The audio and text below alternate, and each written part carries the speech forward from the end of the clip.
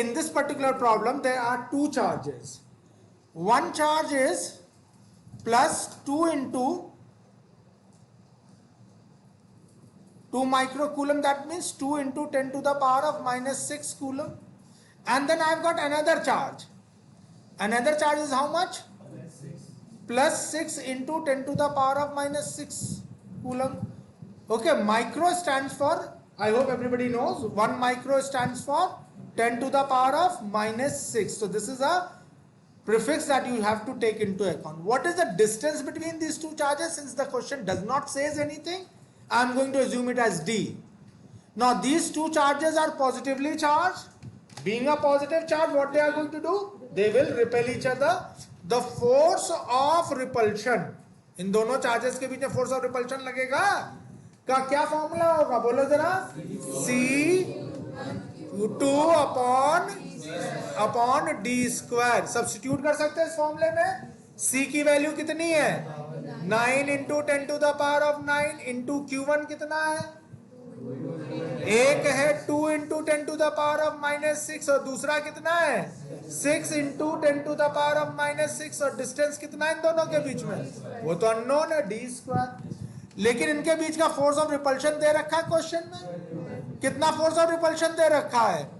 12. तो मैं क्या करता हूं, फोर्स ऑफ रिपल्शन की वैल्यू यहां पे सब्स्टिट्यूट कर देता हूं.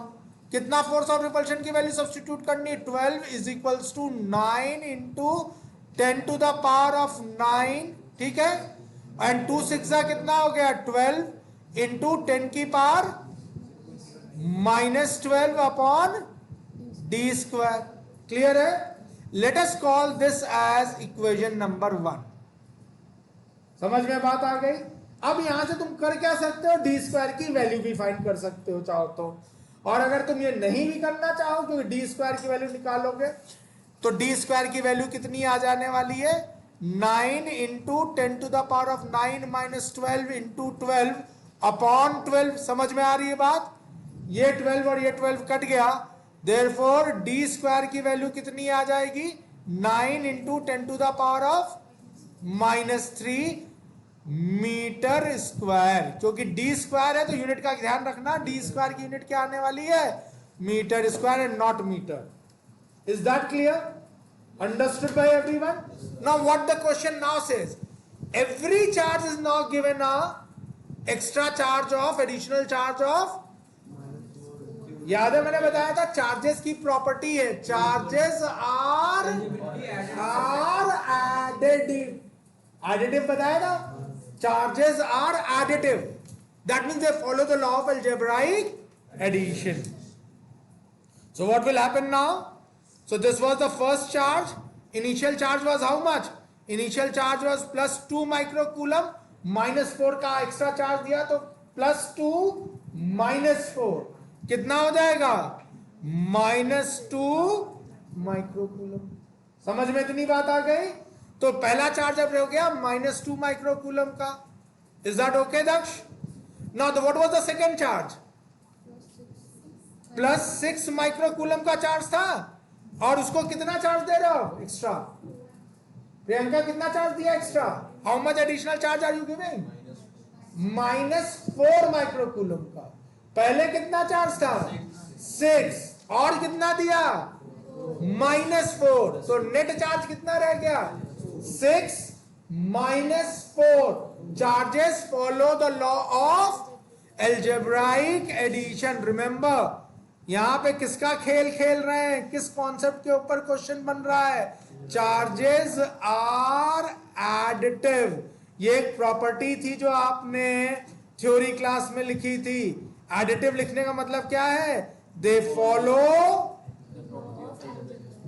Follow algebraic law of addition. Is that clear? So this was having initially how much charge? 6 microcoulomb. How much additional charge have you given? So what is the net charge?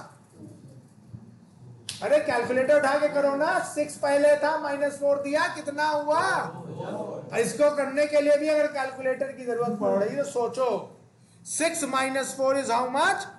2 microcoulomb. That's a plus 2. Is that clear? Is that clear? Is that clear? What is the distance between the two? Still the distance remains the same. How much is the distance? That is d, which is still unknown to me. But whose value we have calculated with the help of the equation number 1. Now, will the nature change? Yes.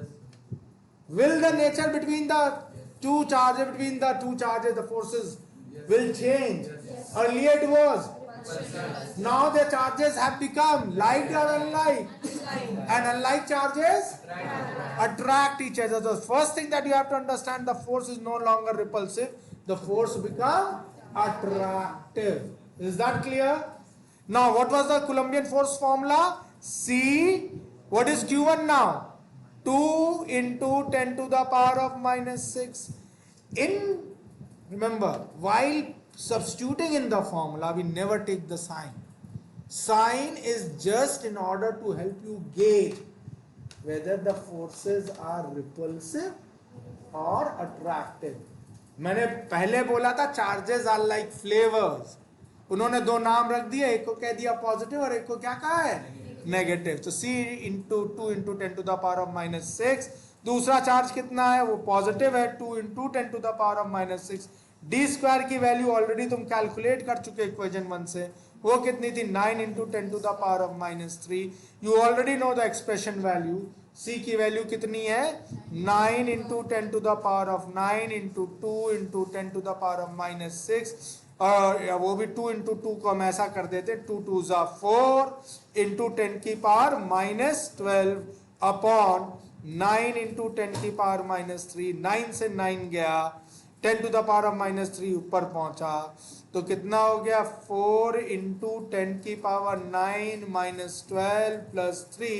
9 plus 3 is 12 minus 12. सो किसका? ये d का square का expression substitute किया ना.